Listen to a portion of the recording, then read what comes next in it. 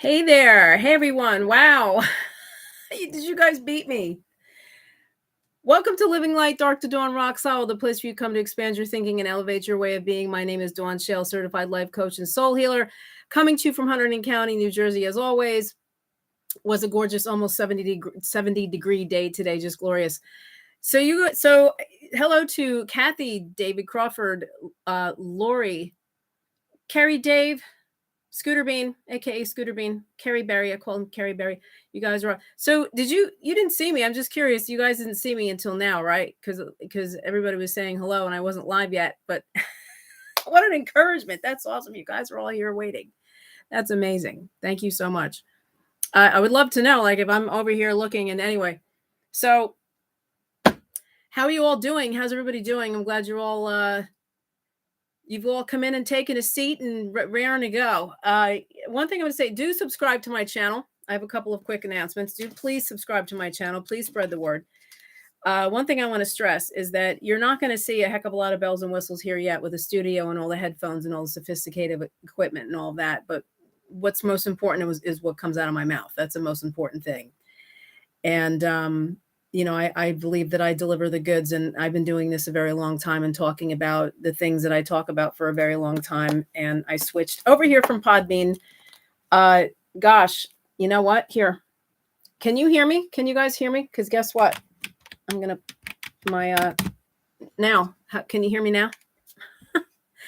I hope you heard me until. Please, somebody answer and let me know if you would, please, if you heard me. Otherwise, I'm going to start all over. You have heard me from the beginning. Okay, great. Awesome. I didn't have my microphone plugged in. It was back day at the gym. It was, and I went, I took a spill. I went flying and I have no idea why. I was done working out and I'm, Tuesday nights, Thursdays I don't go to the gym, but Tuesday nights I'm always in a hurry. It's always back night because it's like easier. It was back day, baby. So, I don't know. I know the guys there, the kids, the manager and her.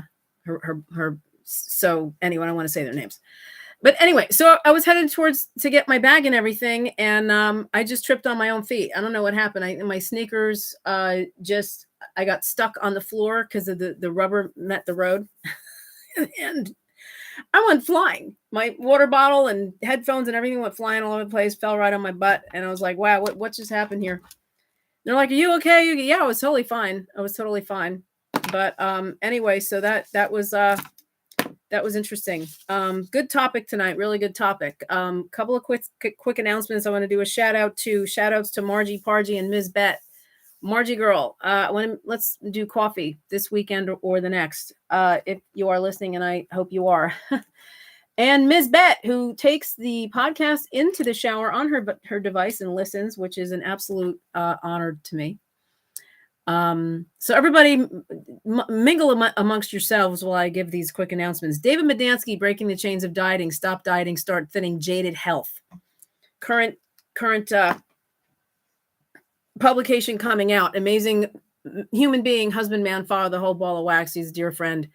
Do check him out if you're looking to be leaner, lighter, just feeling better about yourself. In his own words, he said, I was tired of being fat, and I realized that diets didn't work and diets fail. Nobody fails the diet because diets don't work. And so he went on his own health journey and he discovered what it took to really get in shape. And he hiked Mount Kilimanjaro, and it's a very big deal. And he went on his own with a group of other guys, but he went on the trip by himself and met these people there. And so anyway, he's a health coach now. And if you're looking for anything surrounding total health and wellness and how to lose weight and improve your diet and just be in greater shape, do look him up, David Medansky. My scholarship program was developed earlier last year, and basically what it's a donation only thing, and it's a matter of just looking me up in Venmo and Zelle.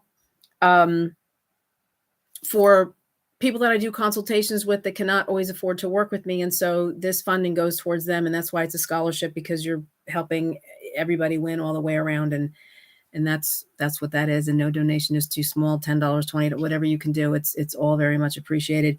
I do give a lot of content away. I know it's my choice, and I've been doing that for quite some time.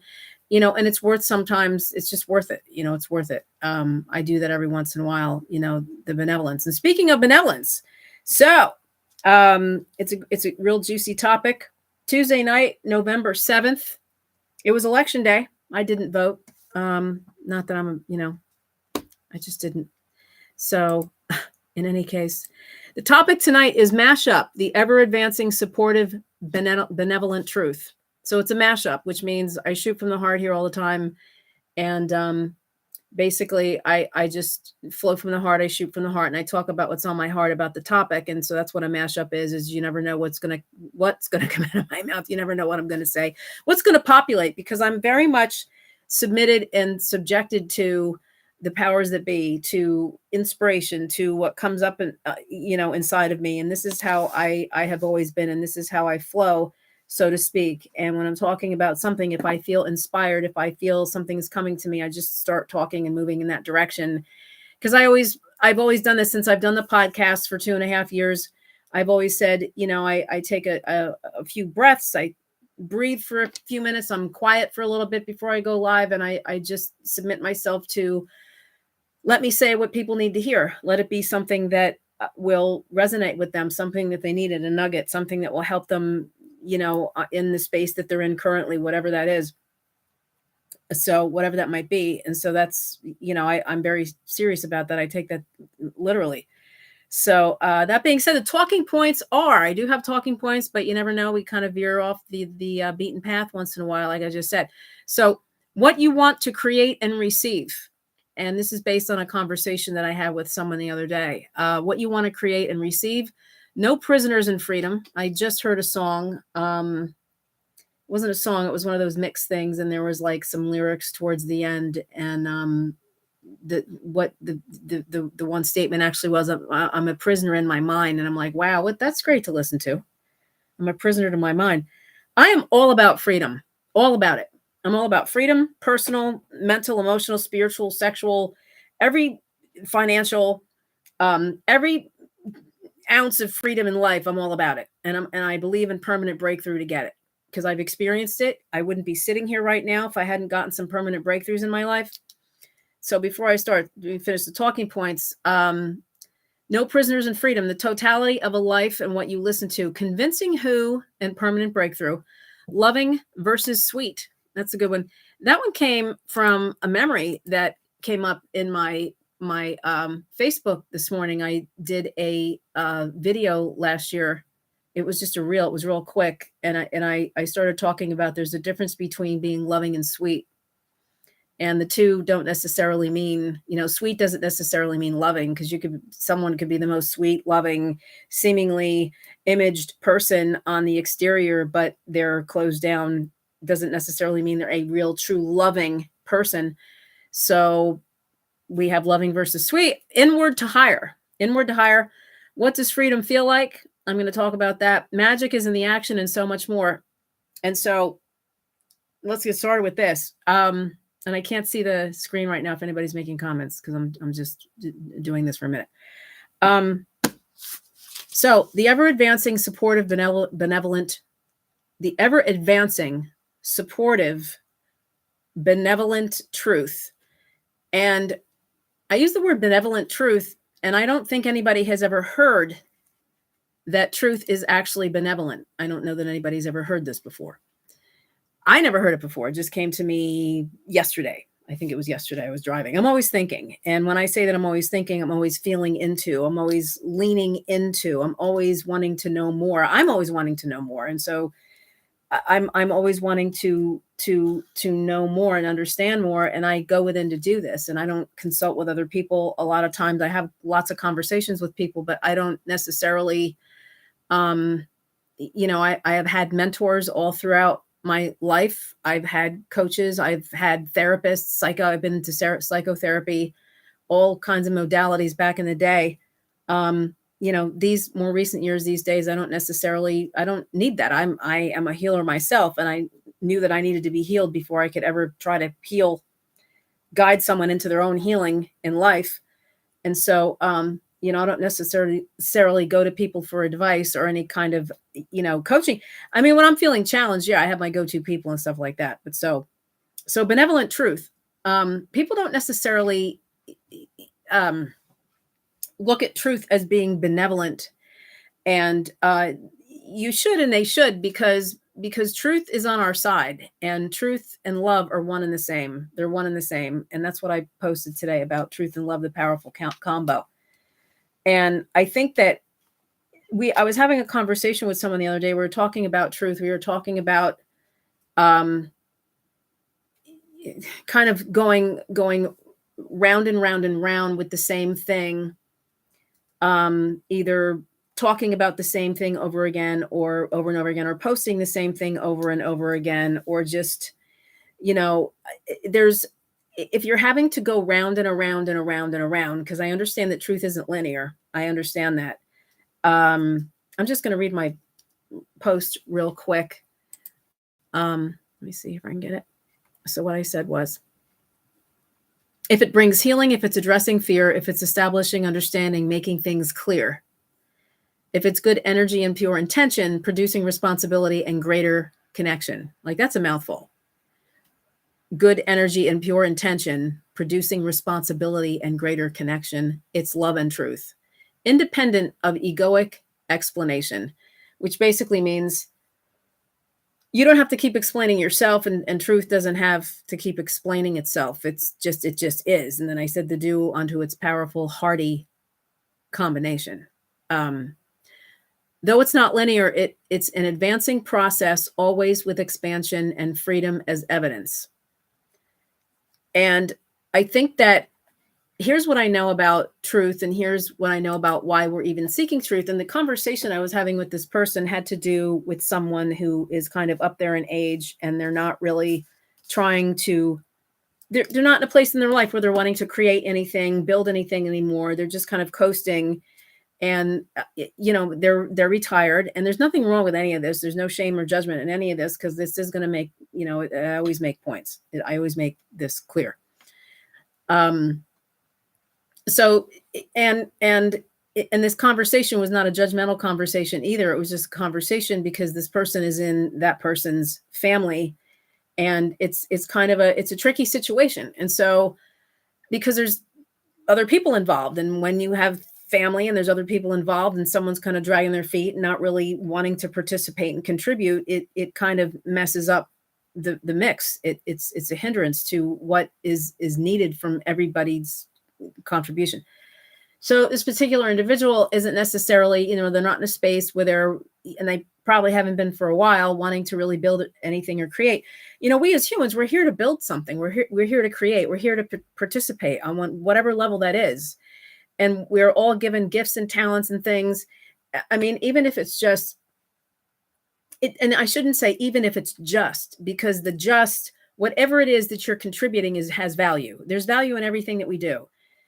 And this isn't one of these woo-woo messages. I'm not really talking about supernatural stuff here today.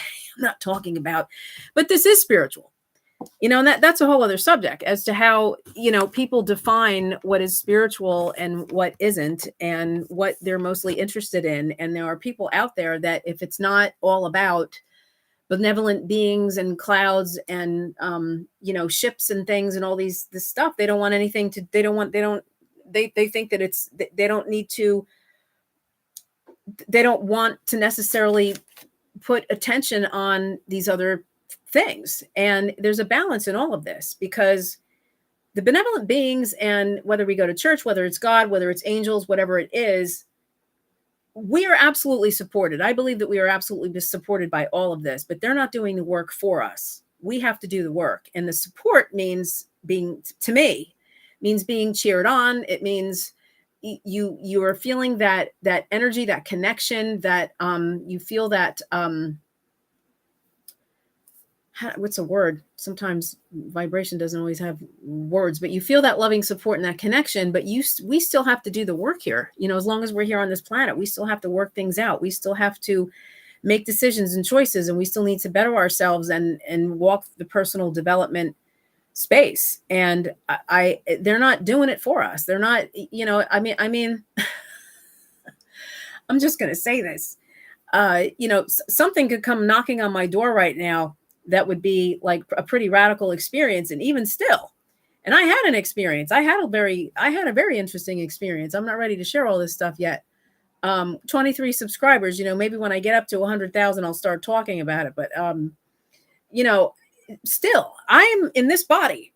They're over there. I'm in this body. I now, when all that's done, okay, because like I talked about last week about the blessed Gaia and all of this, which I do believe that this is here, that we are creating this. We are creating new earth and all the blessing and all the amazing loving energy here. We are creating it inward through us to out there.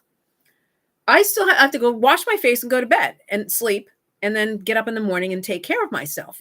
I'm not, no one can, nor is responsible for ourselves and responsible to take care of us. And I'm kind of jumping ahead a little bit. But so this is what I do. I go down rabbit trails. So I know what I was talking about, though. So this particular individual, let me just get back on track. This particular individual, I was saying that we're here to create and build things.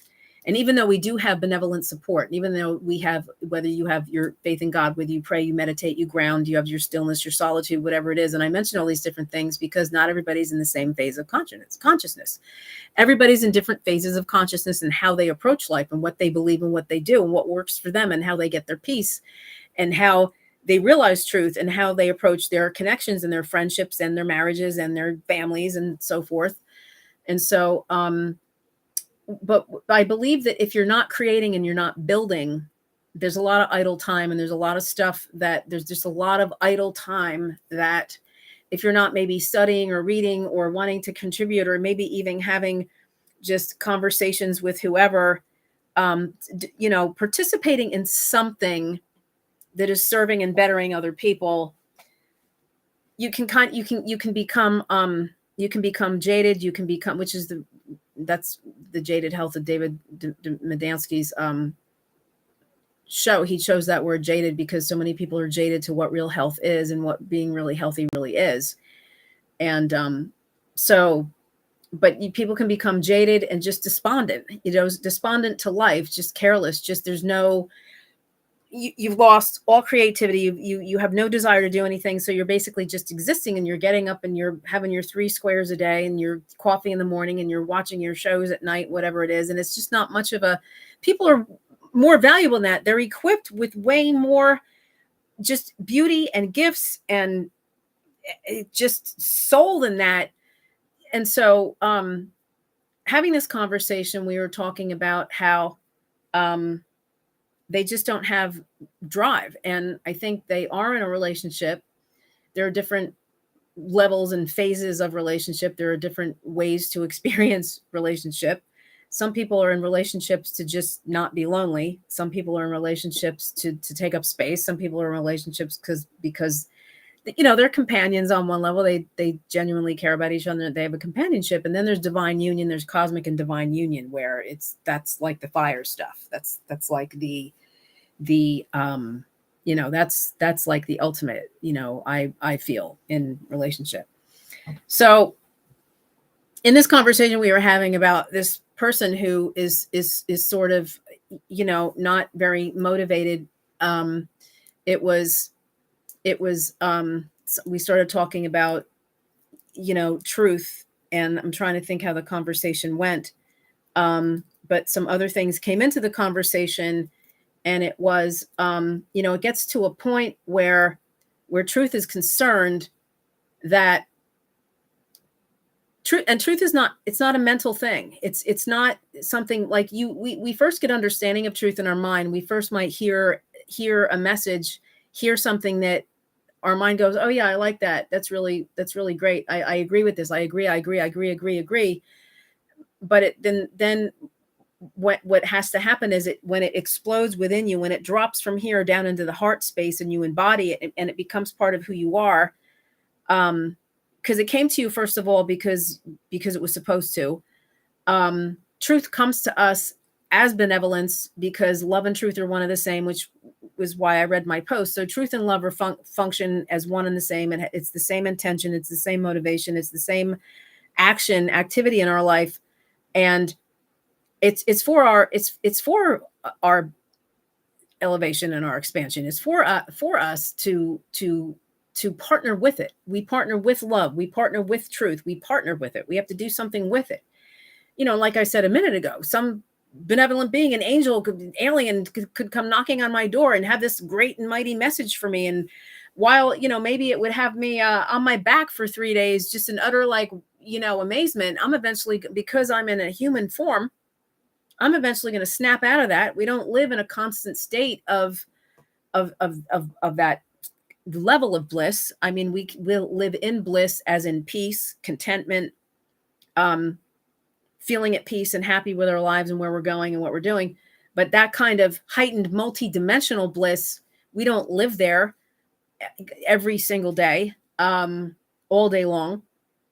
Things happen. We're dealing with humans. We're dealing with different personalities. We're dealing with different situations. And that's real, true empowerment right there. Your real power, walking in your real power and authority, is being able to rise above all these things and find a way and learn how to interact with the different frequencies and energies and different personalities and people.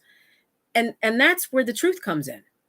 That's where truth comes in, is that the measure of truth that we are open to, that we're open to learning and accepting and taking action with, is how much we expand and elevate in this human experience, where we're not moved by the density, the dense energy and the darkness and stuff like that. So partially that's why I wanted to talk about this, and a lot of times people aren't very turned on and excited by this subject, but it's necessary. It's absolutely necessary. It's necessary for our well-being. It's necessary for our relationship well-being. It's necessary for all those things. And so why, in this conversation we had, people want to understand and know things, and they study things. Why do you think that is? Why do you think that we want to know and we want to learn? Why are you listening to me right now? Why am I talking right now? It's really to create and receive. That's what this really is. It's to create and to receive, to give out and to receive. And so this particular, I know I'm moving around a lot. This particular person that I had this conversation with, and this person and their family that isn't very motivated right now, and is sort of not, just is sort of stuck in this, he's stuck in a moment, he can't get out of it. And it's kind of sad. And there's only so much you can do for someone like that. There's only so much you can do. Don't try to rescue these people. And if you or anybody knows people like this around you that are just not motivated, and they're just sort of, what's the word? Even if there's an addiction, you can try to help people so much, and you could try to, but ultimately we have to help ourselves. We ultimately have to do the work ourselves. And support is good if you want to support people from a distance, love people from a distance, but don't try to rescue people. It doesn't work. It just doesn't. If people don't want to be rescued, they don't want to help themselves. Going out of your way to help them it's a waste of energy. It's a waste of time and energy. So let me see here. I've got a couple of comments. Learning turns me on. Oh, I know that. See, I don't have my sound effects anymore. Learning turns Kathy on. Oh, totally. Absolutely. And Scooter with the thumbs up. So it absolutely, and the reason why is because you feel empowered.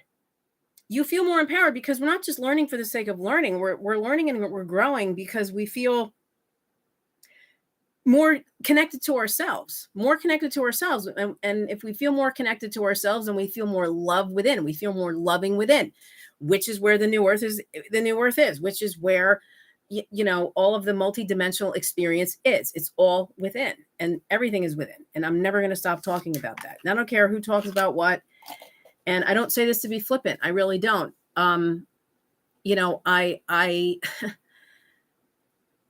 I have a very strong conviction about this, and how I've worked with people and helped people get to these permanent places of breakthrough where they don't have to experience certain things again. And there are different modalities out there, and I recommend you try different modalities and don't live there. Don't make an altar at it. Don't let it become your be all end all, but read books, listen to people,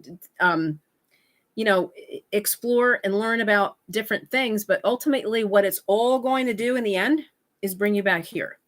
That's what it's all doing. It's all ultimately bringing you inside, all of it, everything. Dr. So-and-so, this one, that one, this thing over there, this science here, this experiment over there, this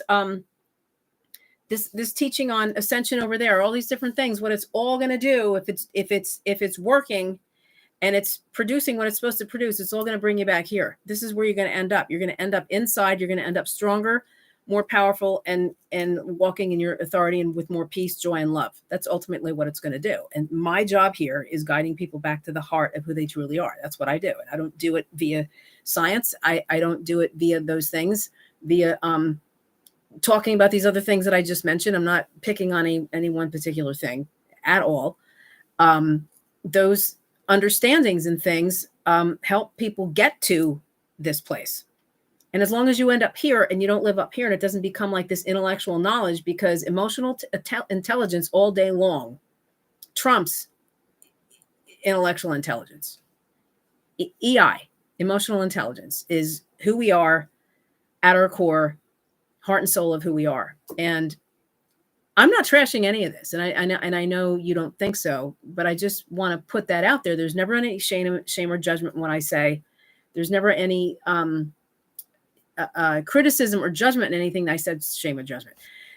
In anything that I say, it's what I tend to grapple with is the obsession that is made with certain things, with spiritualism things, with new age things, even with religious things, with certain belief systems, with methods. I did a podcast on methods, systems, and so forth. Like 2 years ago, I did this.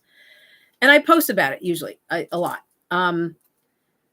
because you're attaching to a system and a modem of belief and a mode of operation isn't going to get you here. It's not going to get you here. It's going to keep you up here and it's going to keep you going around. And this is why people have to keep trying to convince themselves. They keep repeating the same thing over and over again.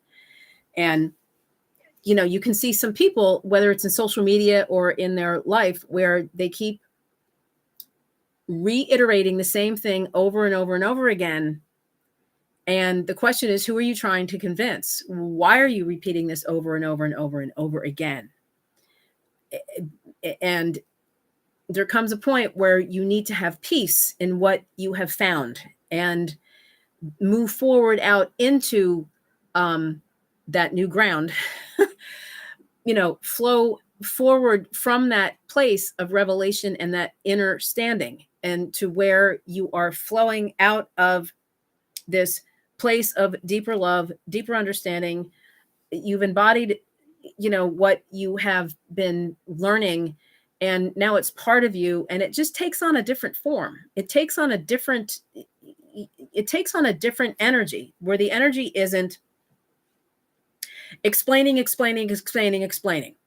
over and over and over again, or telling the same story over and over and over again. It's coming from a place of confidence and calm and peace, to where you're not trying to explain to anybody else. You're not trying to convince yourself.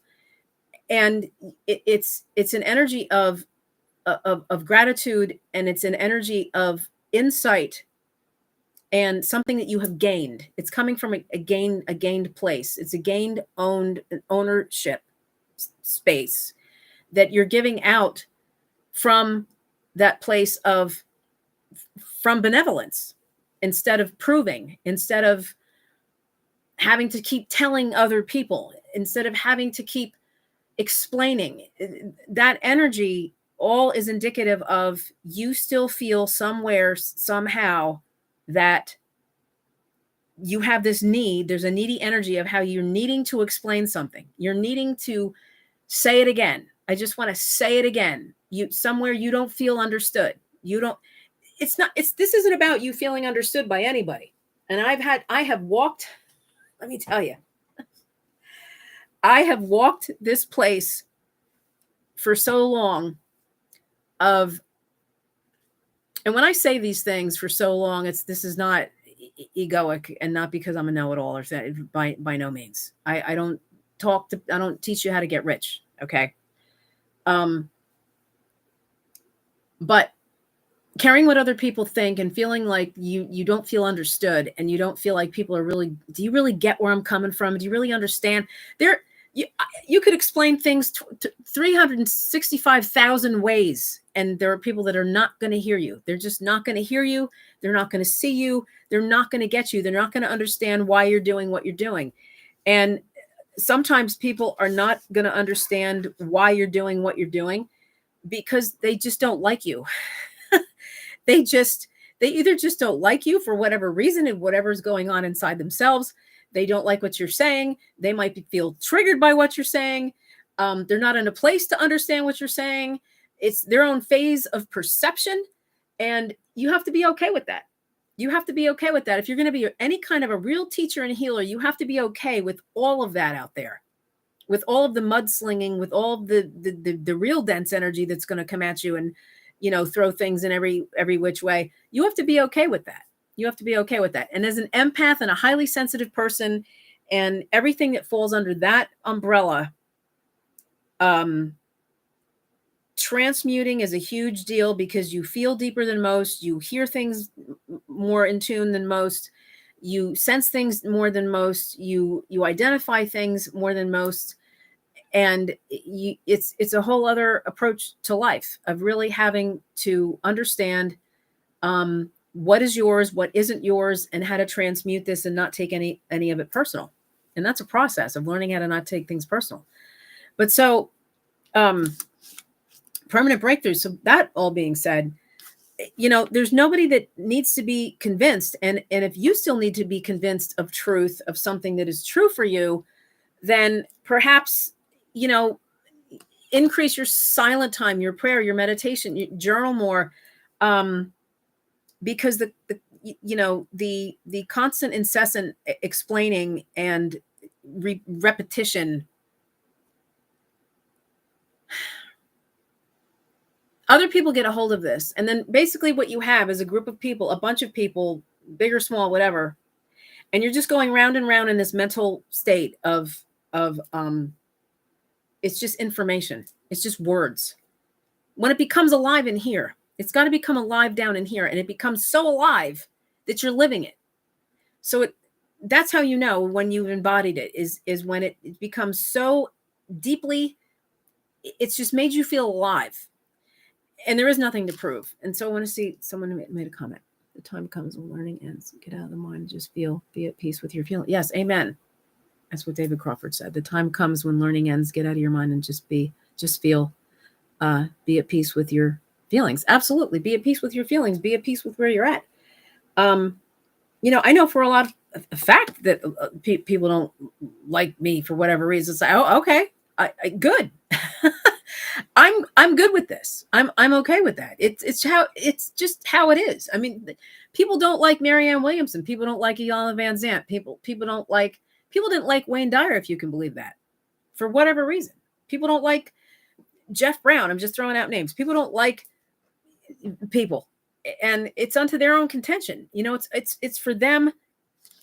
You're not here for that. You're not the people that don't like you, whisperer. Yeah, that's not what you're here for. But so where I'm going with this is, so we largely want to learn and want to understand, and we listen and we pay attention and we read and we do all these things because we want to create and receive. And that's really what it's about. It's about getting, right? It's about getting. It's wanting to be happy. It's wanting to have a better life. It's wanting to experience better life.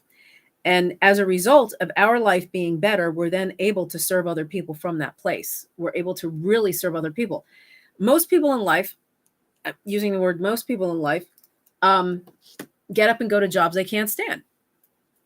They hate their jobs. But they do it for the money, and they're just doing it for the money. And you do need to make a living, and you do need to make money and all that. And at least, hopefully if it's something you don't absolutely love, hopefully it's something you can at least tolerate and appreciate besides the paycheck. Because otherwise you're just, it's like you're dying inside. And I did that for so long in the corporate world. And then it was the pharmaceutical industry for the last 5 years before I left the corporate world. And it was hard.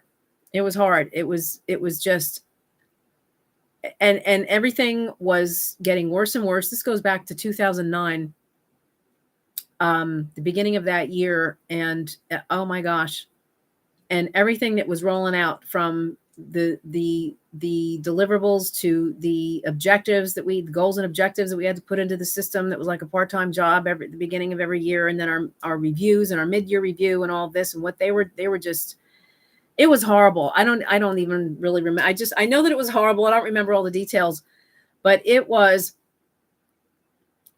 the all around morale, and this was two large buildings, thousands of people, thousands of employees, walking the halls with, just they're hunched over and no smile on their face, and just all around morale was just so low, because you could just feel it in the air of like, we're going to get fired any minute. What's going on? They're not being really honest with us. Something's changed. And it was just like, it was almost like The Hunger Games. If you ever saw the movie The Hunger Games. And in The Hunger Games, when they're out in the field, you'd hear that go off, which meant someone else died. If you ever saw The Hunger Games, you'd hear that noise and you knew that someone else was taken out.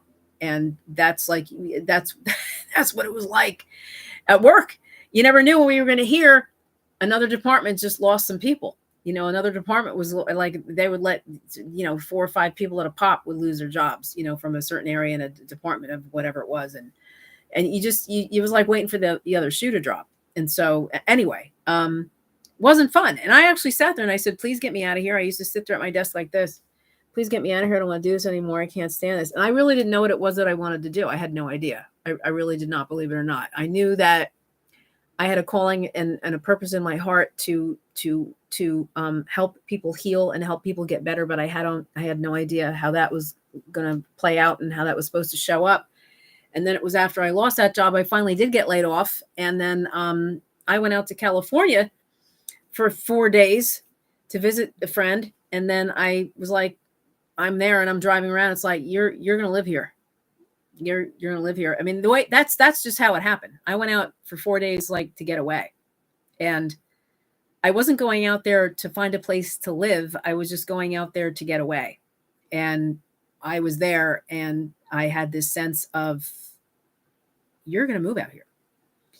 Whoa. I was driving down the 5 freeway and there was the ocean. It's like, you're going to, it was a surreal experience too. Like if you've never been to California, when you finally get to California and you're driving on the freeway that's on the coast and the ocean, it's beautiful.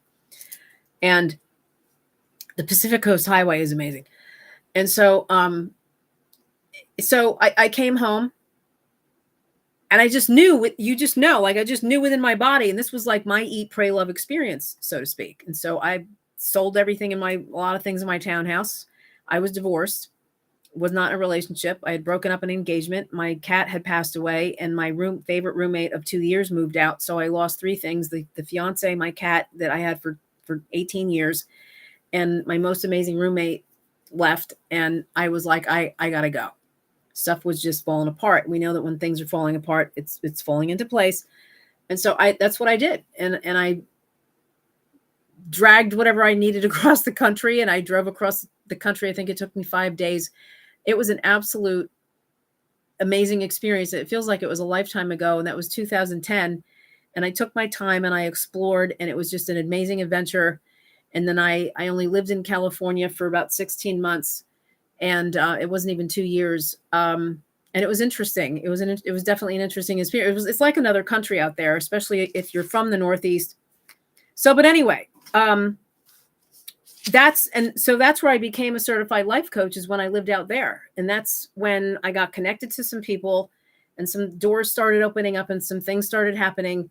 And, I knew it wasn't going to happen in the church. And I was still sort of going to this meeting out there that they were having, like this group at a coffee shop type thing that wasn't religious, but it was still God oriented. And there's nothing wrong with that. But it was like the tail end of the whole churchy thing.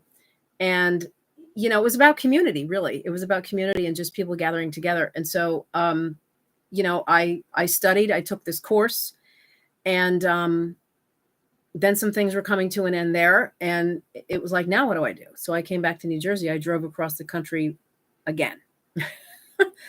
So I've experienced a lot of life. And I'm the type of person that I can do myself really well. I can be alone a lot. I'm happy doing myself. I can just, like I told the story last week, I think it was about New Hope, Pennsylvania.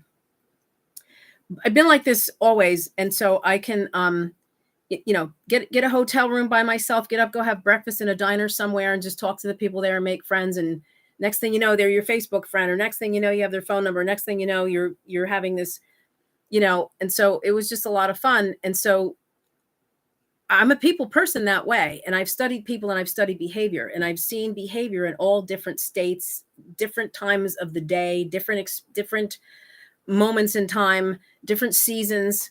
The first trip out was the summer. My trip back was November. Wow. Isn't that wild?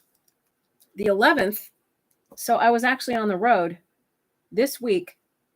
Actually, today,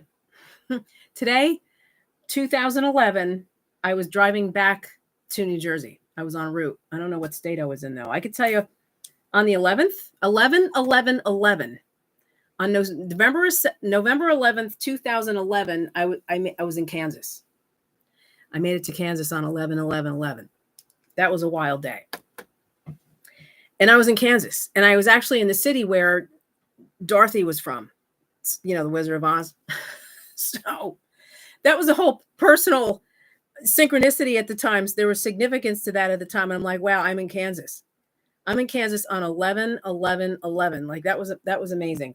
Kansas, by the way, it was smelly. Oh my God. And I remember posting on Facebook that night. I got settled in my hotel room and I'm going to continue with the message. I swear, I promise. I like to share some personal experience. I think it's important. And so I made a post about this, and someone said, that's the smell of money, honey. So it had everything to do with, the farm and the cows and the beef industry and everything. And I mean, let me tell you what. Thank you for that, Lori. I appreciate that. Porta-John, it smelled like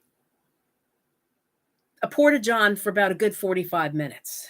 I think it was worse than a Porta-John.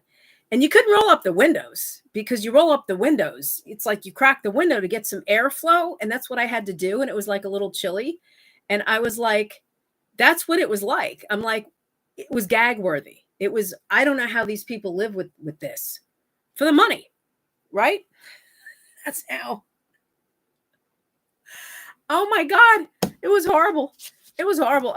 Anyway, so Jersey.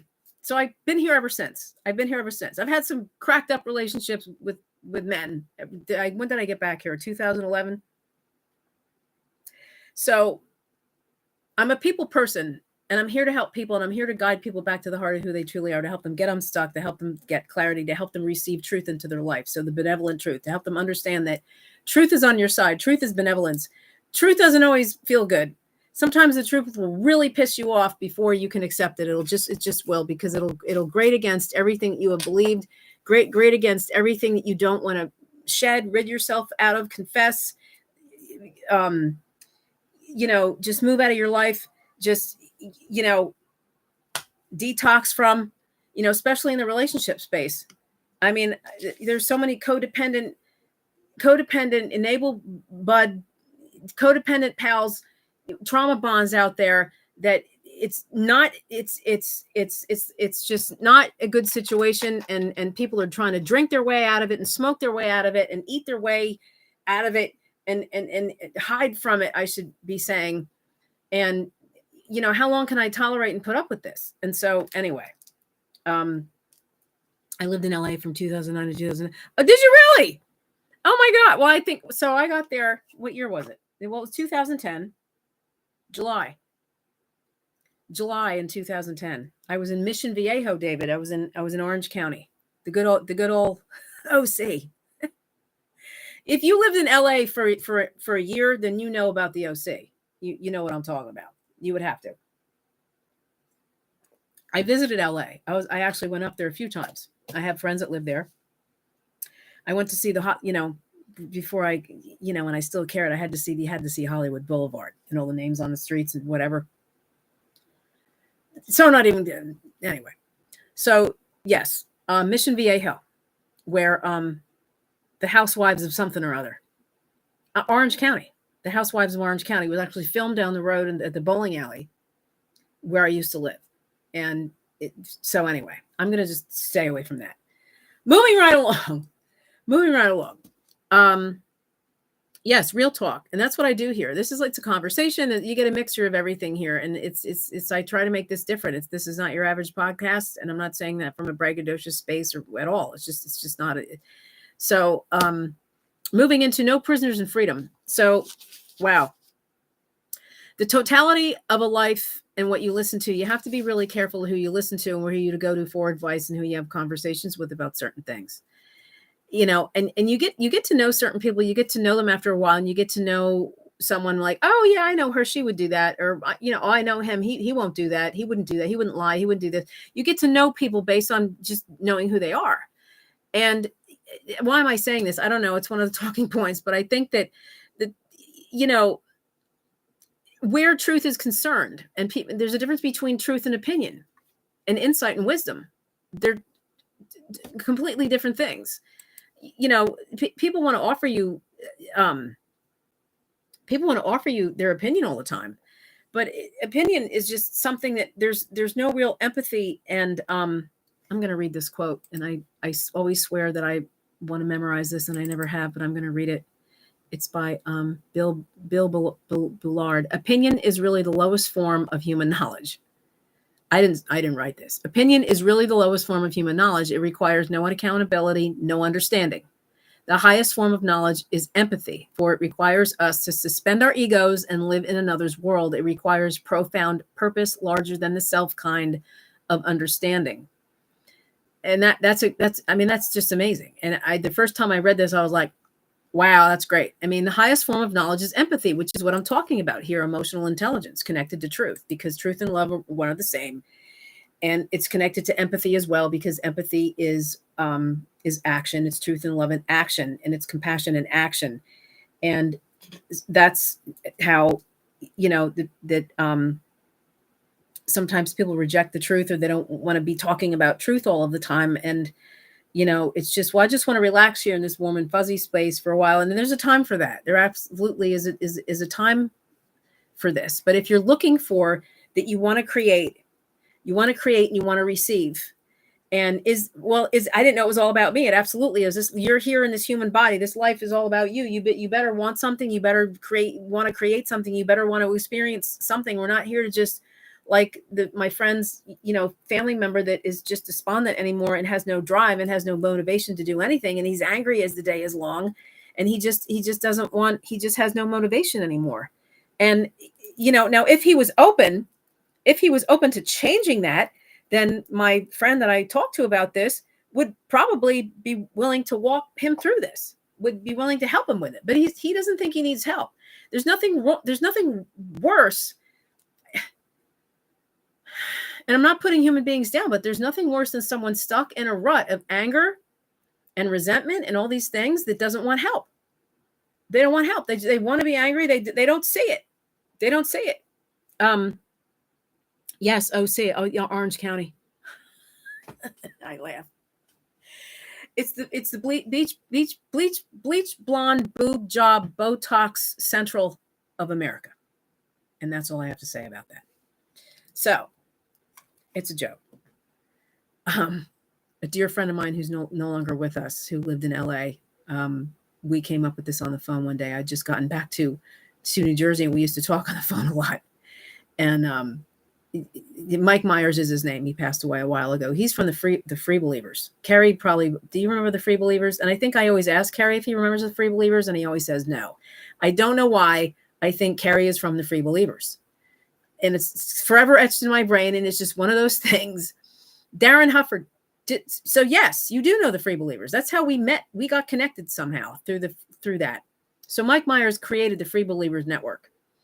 And we were good friends, and he was intelligent and brilliant, and he hated his mother and he hated church. And so that was a problem because he left the church and he still hated his mother because she didn't like that he left church and it was a mess.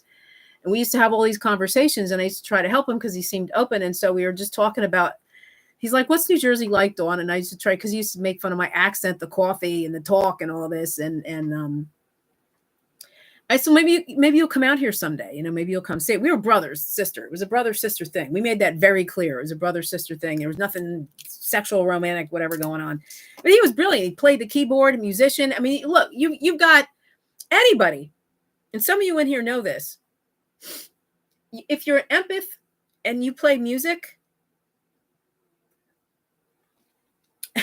that's an amazing combination. I'll just say that. Because the creative juice is flowing. And like Kathy said, learning is a turn on. Like that's a turn on for me. Like I love musicians, and empathy and compassion and a musician in the same package is just a blowout. It's a bomb. It's a bombshell. And that was Mike. But he was angry and pissed off and he needed healing. And so if you take that combo that I just said and you add trauma to it, unhealed trauma, then it's a recipe for disaster. And it's actually sad because he kind of sort of made a disaster out of some things. But so he came up, we were on the phone one day, and that's where that came from. The bleach blonde boob job Botox central of, cause I'd never seen anything like it. I really had never, it was my first time out in California. Like I went to visit and then I'm living there and I'm, exploring all the different areas and things. And I was in the shoe department in Macy's, and I couldn't believe sometimes what women did to their faces. I couldn't believe what they were doing. My heart sank. Like, I feel sorry for you. Do you know what you look like right now? Why did you do this? Look, I don't like this. I can't stand this. I am not, and I don't like this either. But, it's just a little bit. Just take it back a little bit. Just this was like this, So, but anyway, that's where that all came from. So, oh my goodness. So Carrie remembers that name.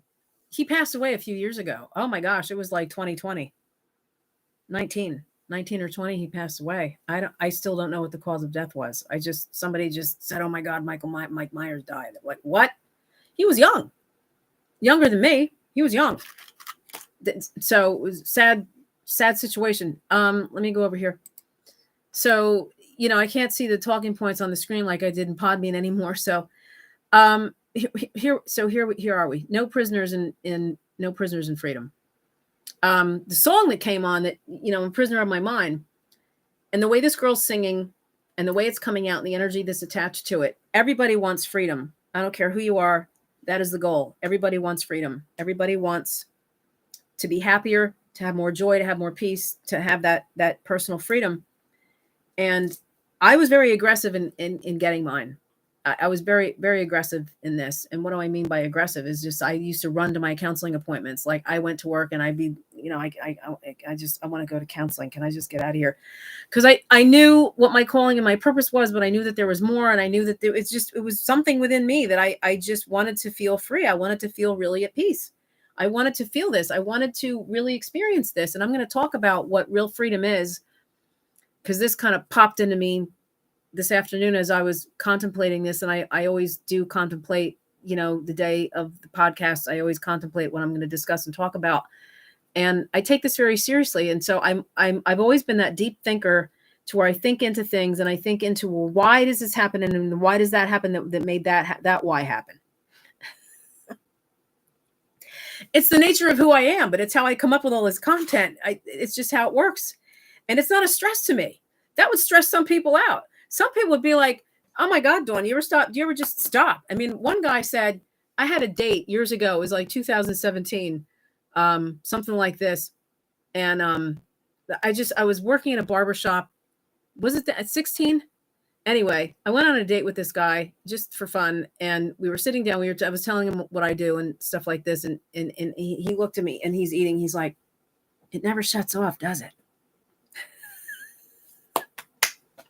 No, you can't shut this off, honey. This is just fire burning 24/7. It's a fire that cannot be quenched, cannot be put out. So there you go with that. Um, so where was I? So I want to talk about the freedom and how we want freedom. We want to be happier and all, and we want to experience this. And so what does it take to really get there? The evidence of truth is freedom. The evidence of truth and being open to truth, being really open to it. You have to be open to that freedom, that truth. You have to welcome it and really be open to hearing something that might be really hard. And I remember sitting in some of these sessions. I remember back in the day when I was like crying myself to sleep and all these kinds of things. And I mean, I told people to give it to me straight. Tell me what you see. Tell me what I need to hear. I want to hear this. I was welcoming pain. It's painful to accept the truth and to move old energy out of your life and get away from cycles and patterns and codependent relationships and attracting the same old stuff. And it takes work. It takes work to do this. But I was going somewhere with this. I was definitely going somewhere with this as far as because I was starting to say something that went off inside of me, and then I went on a rabbit trail about the date. What was I talking about with this? Let me think for a second. I was talking about give me a minute.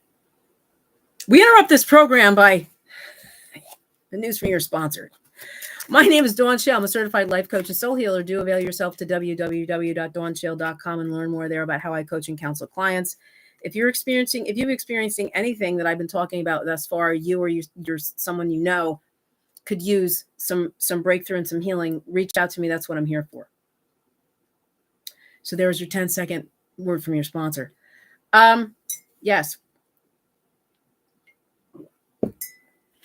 I am thinning. David Badansky, look him up. We'll give him a little plug too in the middle. Why not? Plug him up.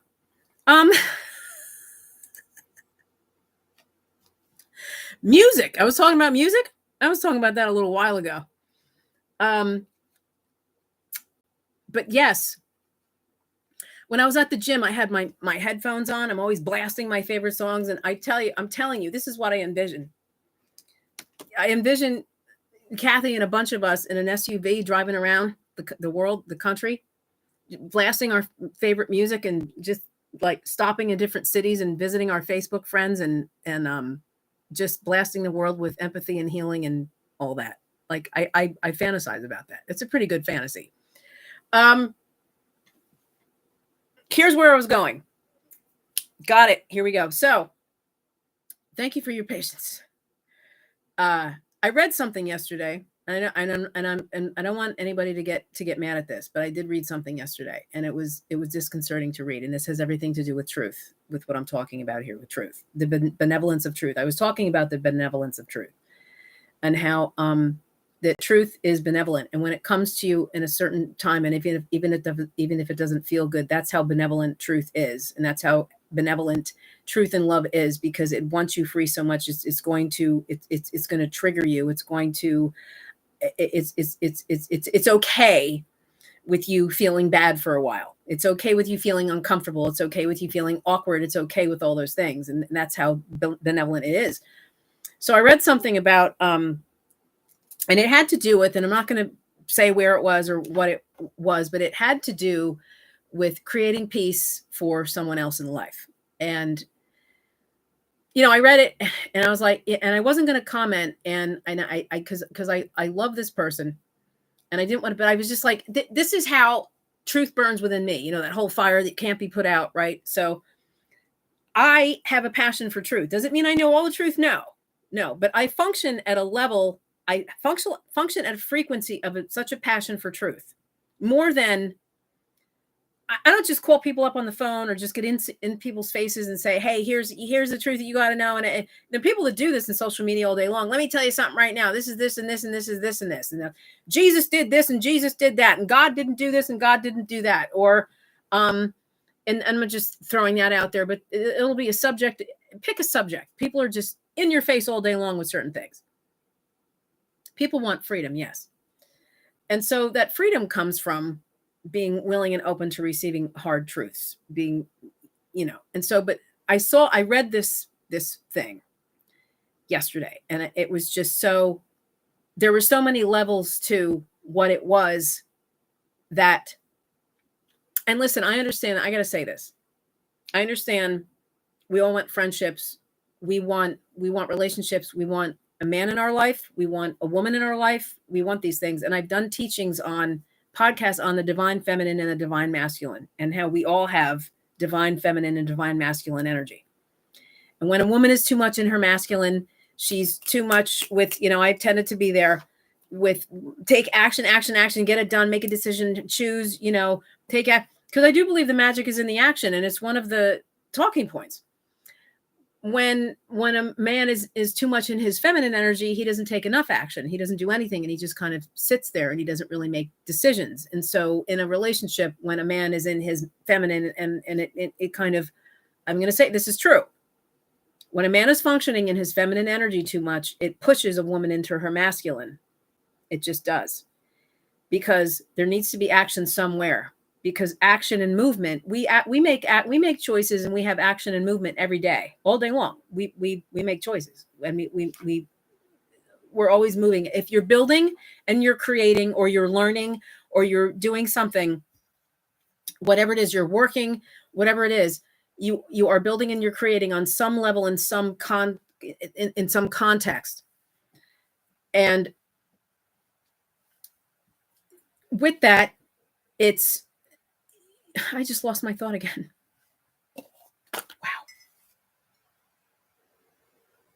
Wow. The headphones. Kathy's just made a picture of headphones. What was I talking about? I hate when this happens. I am so sorry. So, I'm talking about freedom. I'm talking about the benevolence of truth, and how taking action, feminine and divine masculine energy. And so when a man isn't too much in his feminine, it kind of pushes a woman into her masculine. When a man is in his masculine and a woman is in her feminine, like let's say most of the time, you have a good blend and balance there. When there's a lot of type A females, there's a lot of alpha females. I'm an alpha female. There's a lot of type A, there's a lot of beta females, there's a lot of beta men, there's a lot of alpha, and these are just words. And I understand that, there's a whole belief thing out there that none of these words don't matter. These labels don't matter. None of this matters, but we do have personalities. We have personality types. We do have this. It is real. And even we have astrology signs. We have, and there's certain behaviors and things that go along with your astrological, your astrology sign. But so, the pursuit of freedom,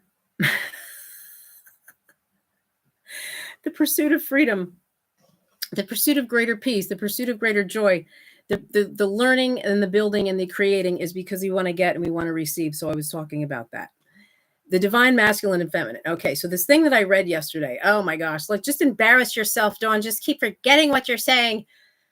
The thing that I read yesterday was talking about, don't be this for this one, be this person's peace, be this person's peace, create this person's peace, because I should just say what it is, because I don't mean any harm. I'm not judging this person for posting this, but it was talking about a marriage situation. And it was talking about that a woman shouldn't give a man a hard time when he comes home from work after battling the world all day.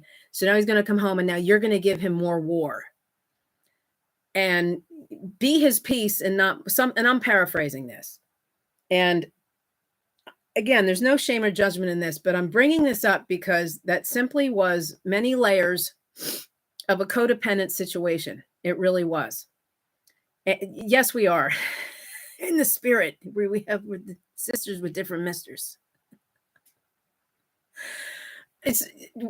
I look, when we get on the phone, we do this with each other. So I had to, and I wanted to comment, and I commented on it, and I did it with the most respect that I possibly could, because a woman is not supposed to be a man's piece. A man is not supposed to be a woman's piece. You're not supposed to be your sister's piece. You're not supposed to be your brother's piece. Peace comes from within your own self. We're supposed to cultivate our own peace from our own alignment, from our own place of who we are, knowing who we are. And that kind of a situation worked on a psychological level for a while. But it doesn't work anymore, and it's not working anymore because the consciousness has been raised, the frequency is in the shift in the universe of that we're moving into this deeper heart centeredness, of which divine union has nothing to do with roles. It has nothing to do with a role. I can make a joke right now. I absolutely believe the man is supposed to be the leader of love. I do believe that. That is his, like, as the masculine. I do believe a woman is also supposed to be the leader of love in her own life. And I think we come together as the leader of love and we create a collective loving space. And what we create together in a relationship, we agree on how it's going to be. And that doesn't show up the same for absolutely everybody. It's different. It's different for every relationship, for every friendship. It's completely and totally different for everybody. There are no rules. And so to say that, first of all, that the man is battling the world, that irked me to no end because life is not supposed to be a battle. We're not supposed to be getting up in the morning and facing life as a battle, as we're warring against life. It's not a war. And if anyone is out there listening and watching, if you're still hanging in there after all my blunders, my bloopers, if you feel that life is a battle, something is you need to be more connected to yourself in some way, for sure, and change that mindset that life is a battle. I mean, we're not here to fight life.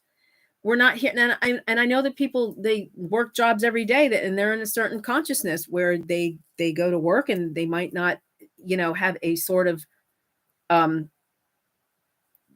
personal journey, be aware of their personal journey yet, or be into their personal development path yet. And so they're just working their jobs and they might not like what they're doing and they're living for the weekend and all these things. So everybody's in different places and spaces.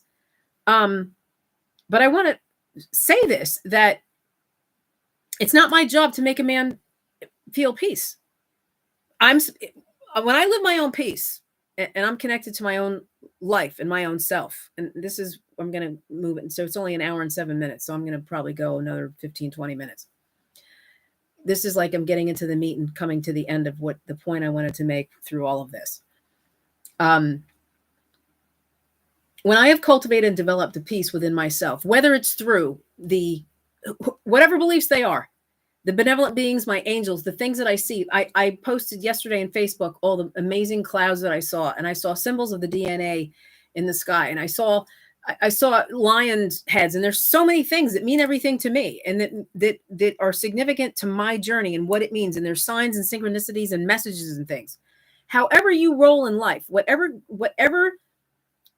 expands and elevates you and grows you and gets you into a deeper loving space, whatever that looks like, peace is going to be involved in this. And the more at peace you become in this, the more in love within your own loving space and at peace you become, is the measure of peace you're going to be able to create with other people, in friendships, in family, and in romantic relationships, in connections, partnerships, divine union. We're not supposed to be going to a relationship to get that from someone else. And if you are in a relationship with someone or a friendship with someone and they are regularly not at peace, or you feel like you have to just walk on eggshells, or your wife's coming home and you have to just, your husband's going to walk in the door in any minute. So you're going to turn the music down, or you're going to do something. You have to adjust who you are because he's going to walk in and you're afraid he's going to, you have to, no. Because number one, we are living in a day and age where it is rare that a wife stays home and the husband is only working. And if she is staying home, if a wife is staying home, there's children following her around the house. She's raising the kids. It's no longer where a wife is home single, they don't have any kids. And I mean, maybe. Wouldn't that be nice?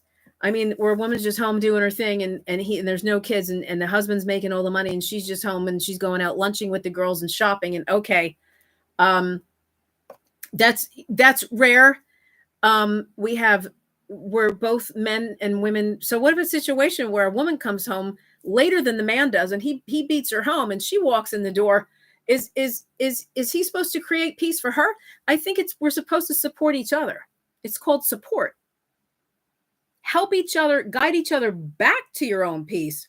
But I'm not supposed to be your peace. I'm not supposed to create peace for you. And I understand that, like, women are typically have been in that role of the homemaker. I kind of think that's long gone. I kind of think that Kathy said it comes from within. Let me see here. More war. Ouch. Yeah, I know, Lori. I mean, it's like people actually, this thing that I read was so, let me see. I agree. Peace comes within. This thing that I read, I was kind of sad. I was really saddened by it because, you know, if you're viewing going out, to work as a war for you, it might be hard work, but kind of maybe look at changing that perspective, because if you're going to want a woman in your life, that woman, you are responsible to being your own warrior, your own victor, and knowing how to, having a pulse on your own nervous system, having a pulse on your own mentality, having a pulse on your own spirituality, having a pulse on handling the challenges and the adversities in life. And you're really supposed to be her strength. You're really supposed to be a strength for her, as a protector, as the protector. And if we're looking at roles, when I was talking about roles, it's just both parties work now. Both parties have to work. Everybody's working. Kids are going out working at 16, 17 years, even younger than that. I got my first job when I was 14 years old. Dunkin' Donuts was my first job when I was 14. But I believe that men are supposed to be the leaders of love and the protectors, and the women are absolutely supposed to respect and honor the man. I absolutely believe in this. But as far as peace is concerned, the context of peace, I need to be at peace. You need to be at peace. You need to have done your work, your healing work.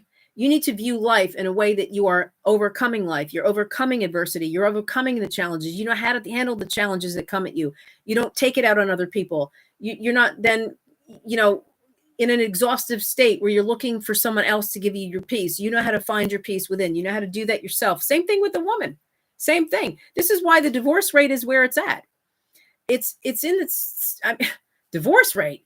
I mean, we're not only in divorce, we're in transgender, we're in people don't know what sex they are, we're in people having surgery, and women taking testosterone and men taking hormones. I mean, this is where we're at in this space and time. And I'm not making fun, and there's no shame or judgment. I'm not doing that, but I'm saying that there's a lot of confusion and there's a lot of complexity, and the world is at war, and we're being called into our own peace and cultivating our own peace inside. Well, how do we get to this? How do we get to this place of peace? How do we get to this place of greater peace and joy without looking to other people? And we all need support. We're here to support and lift each other up and help build and lift each other up. But how do we get to a place to where we can do this on our own? And what does it feel like? What does it feel like? It feels like unneedy. It feels like we get to this place by the things that I talk about with the stillness, the solitude, the prayer, the meditation, the things that what you find get you there. And if you don't know how to get there, this is what I'm here for. I help guide people back to the guide. I don't tell people what to do. I guide people back to the heart of who they are to get into this space. You learn to say no to things that don't serve you anymore. You maybe detach or lean back from people that isn't a peaceful situation, that isn't a benevolent situation, that isn't a helpful, beneficial situation. After you've tried and you've had the conversation and you've discussed things, and if it's not working anymore, then you lean back. Same thing goes in marriage. If it's just you've reached the end of the end, divorce is something that will bring you peace. that will bring the family peace, the children peace. I'm not an advocate of staying married just for the sake of the kids, because it's teaching them a whole other. And I felt this way years ago. Years ago. This goes back to 15, 16. This goes back a very long time ago. I was involved with a guy who had children, and I moved in, and it was fresh to the 10-year-old, and it was just a heartbreaking situation for everybody all the way around. And I should have never moved in that house. And I'm just saying. I experienced it firsthand of seeing what this does. Well, I said staying married for the sake of the kids. But they stayed together. I need to add that they stayed together way longer for the sake of the children. And then when it came time to separate, and then dating becomes inevitable and all of this, the pain that I witnessed from that, of not being honest with the children and not having conversations with the children, and you're demonstrating an unloving situation, no matter what it is. You're demonstrating the trauma, tumultuous unrest, all these different things to the kids. So anyway,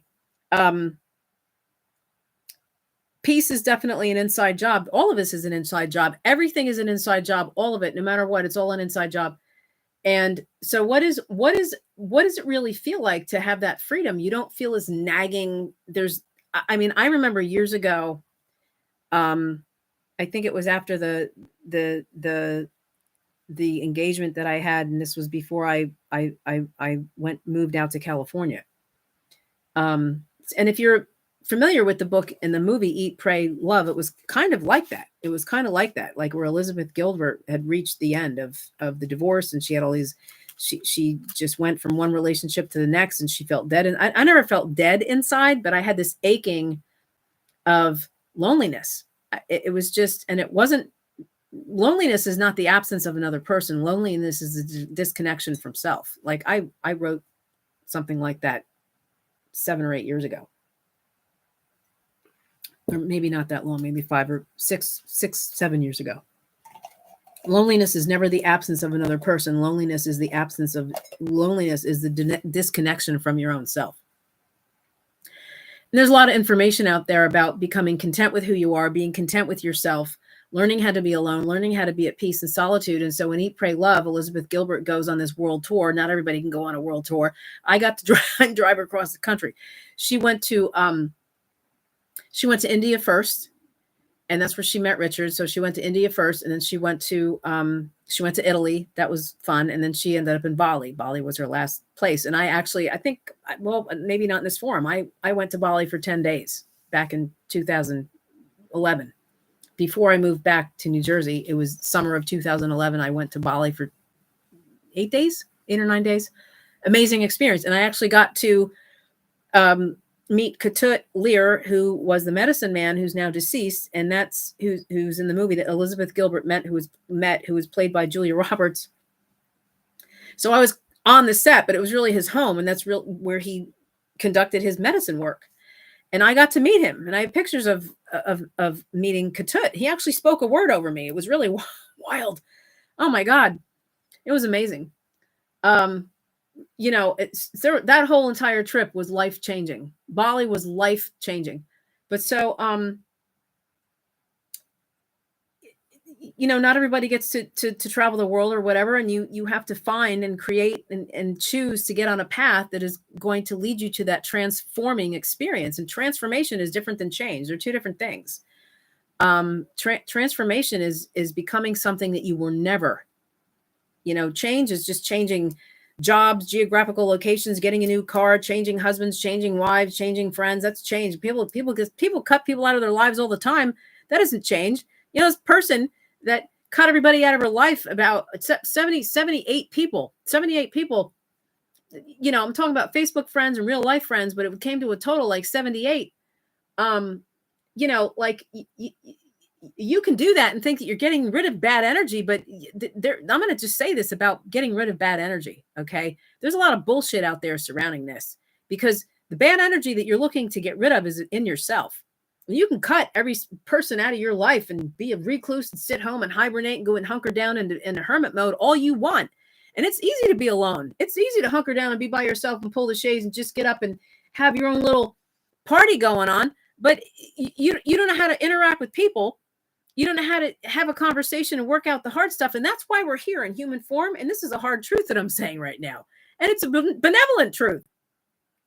But it's not about distancing yourself from all the bad energy out there, because all the bad energy out there, you have to learn how to transmute, number one. But maybe there's some bad stuff going on in here, or some unpleasant things going on in here, some wounding, some hurts, some old things that are going on in here that you're really reacting to. That's what it really is.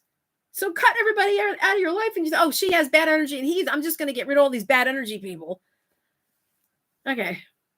Yeah, I get fired up with this because it's a teaching out there that people are talking about all day long. And it's, you got to protect yourself, protect. This is fear. That's called fear. If you feel like you got to protect yourself, empowerment needs no protection. When you're walking in your authority, you don't need to protect yourself that much. And we do need solitude. We do need downtime. We all get tired. We get exhausted. But damn, man, if you need to protect yourself that much, my heart goes out to you. Yes. And that's what Dave just said. It's fear. It's fear. You're afraid. And my heart, but here's what's happening with uncleared fear. It does damage to other people by cutting them off and cutting them out and discarding and all of this stuff and the bless and release. And what you think is bless and release isn't bless and release. It's not loving. It's not kind. It's the furthest thing from loving and kind. So yes, Eat, Pray, Love was an awesome movie. I went there. I was there. I was in Bali. I met the man. So as I was saying, so what does freedom and love and peace, what does it really feel like? What does this actually feel like? It feels you're just at rest in this present moment. I live alone. I don't have a man here with me right now. I'm happy with this. I'm happy with the state that my life is in. Am I interested in a divine union? 1000%. I absolutely am. I'm not anxious about it. There's no anxiety. You have a peace and a knowing that it's coming. There isn't like this aching, sort of lonely, empty, restless, needing to prove, needing to talk about what you want everybody else to do or adjust or act to come into your life. You're focused on you. You're centered in your own self. You work on your own self. You love on your own self. You gift things to yourself. You take care of yourself. There's a lot of self-care. There's a lot of self-love. And you're just content. You're at peace with where you are in life. And this does exist in families. You can be a father and a husband and a wife and a mother and have this. And is there chaos? Yeah, but there's the less chaos there is inside, and the more peace there is inside, the more peace you're going to create outside. And the more you're going to be able to teach your children these things and raise your kids in this way and experience relationships this way and have this with your family and have this with your coworkers. And it's not going to be up to everybody else to adjust their energy. And you're not going to expect your wife to come home and give you peace. You're not going to expect your husband to come home and grant you peace. You can say, oh, my day really sucked. And we have sucky days. And you could say, I had a sucky day. Understanding goes a really long way. Understanding, creating understanding for the other party, creating a peaceful environment and being at peace. So what happens if two people had a sucky day? Well, that could go one of two ways. That can turn into an utter disaster, or you can both go inward and take a breath. Okay, who wants to go first? You want to tell me about your day? How bad was yours? Well, a coworker passed away versus someone called in sick. All right, the passed away story, you tell your story first. Somebody passed away. This person called in sick and I had an extra heavy, hard load at work today. And this project fell apart because they didn't show up, or someone quit, someone took off and things like this. And I'm not downplaying any of this, but I'm saying that to show up in a healthy relationship and healthy relating, it comes from here. Healthy relationships on any level, in any way in life, comes from here. The healthier you are inside, the more grounded you are inside, the more emotionally stable you are inside, the more connected you are to your own self, the more you are going to be able to cultivate that with other people. That's how this works. It's not dependent upon what they're going to bring to the table. It's what you're doing within yourself. And I've talked about this, before. I don't mean to sound repetitive. I've talked about this in podcasts for 2 years.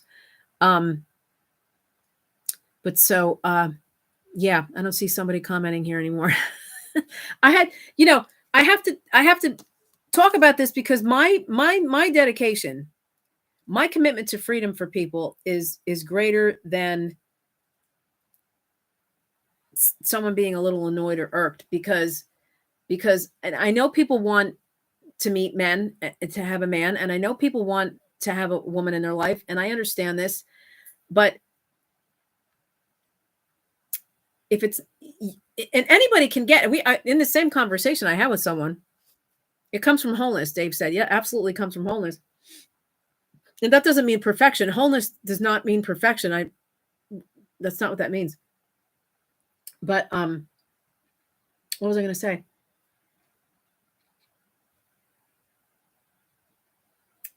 Anybody, I could go out with guys if I wanted to. I don't want to just go out with guys. I'm not looking to go out with guys. And there are men that can go out with women. A man can meet a woman, a man can meet a female, and a woman can meet a male. But it doesn't mean that it's going to be a divine union. It doesn't mean that that's going to be the kind of connection, the soul connection that you really want. And you have to wait on that universal thing to take place. Well, how do you know when it's taking place? I'll let you know when it happens. I'll let you know because it hasn't happened yet. But I mean, so I feel the same way. Let's see. Kathy said, I feel the same way. I'm good alone, but welcome a divine partner. Yes, absolutely. Divine. And I know that about her. I know that about you. So I think I'm going to stop right there. And, the whole point of this, the truth, the evidence of truth is freedom. Love and truth is one and the same, and it's a benevolent source. It's a benevolent thing that comes. And I speak a lot of truth. Do I think I'm all knowing? No, I said this earlier. But my heart is to speak truth into people's lives. My heart is to point out uncomfortable situations, because there's a lot of people out there experiencing certain uncomfortable situations that surround inconsideration, inconsistency, control, manipulation, untruths, all sorts of things. It goes, the list is long. And so I'm not a poet. I'm not someone that functions in that way. I function in this space, and I'm all about love, and I'm all about compassion. I'm all about empathy. And so much so that I want to put the truth out there that will provoke thought in people to say, oh, wow, that the light will go on, that they'll have a revelation and a realization like, whoa, okay, I got to think about this. Somebody said, I think it was David, there was a post, my cover photo in Facebook, he made a comment and said, you say really complex things or something like this. I've been told that. I do it on purpose. It just comes, and I do it on purpose. I want to provoke thought. I want to get people thinking beyond the surface, because it's beyond the surface down in here that revelation is going to go off, and you're going to become more into greater alignment. And that's where you're going to experience that love and that peace and that joy bubbling up to where you can handle all the stuff that's going on. You can handle if your boyfriend's had a bad day, your girlfriend's had a bad day, the husband, the wife, your friends had a shitty day, and you can offer that support, mutual support. So I'm going to stop right there. I think, let me see the comments. Lori said, I was alone for 2 years and was the best time of my life. I was away from the noise. It's necessary. I mean, it really is. I think after you've had, relationships or a divorce or a situation where, you need time to yourself to really get to know yourself. And that's what Elizabeth Gilbert did when she went. Well, now, I don't know if you know where she's at now, but I recommend, you go to her Facebook page. She's in a totally different place now. Her and Philippe are no longer married. And her life went in a totally different direction. But the story of Eat, Pray, Love and what happened was relevant, and it has significance to it. And it's still a good story, and it was still a good experience. So that being said, thank you all for being here and putting up with my bloopers. And subscribe to my channel, please. Please spread the word. Tell people who I am. Let them know. Like I said earlier, if you know anybody that could use any healing or freedom or anything of all of what I've discussed here tonight, send them my way.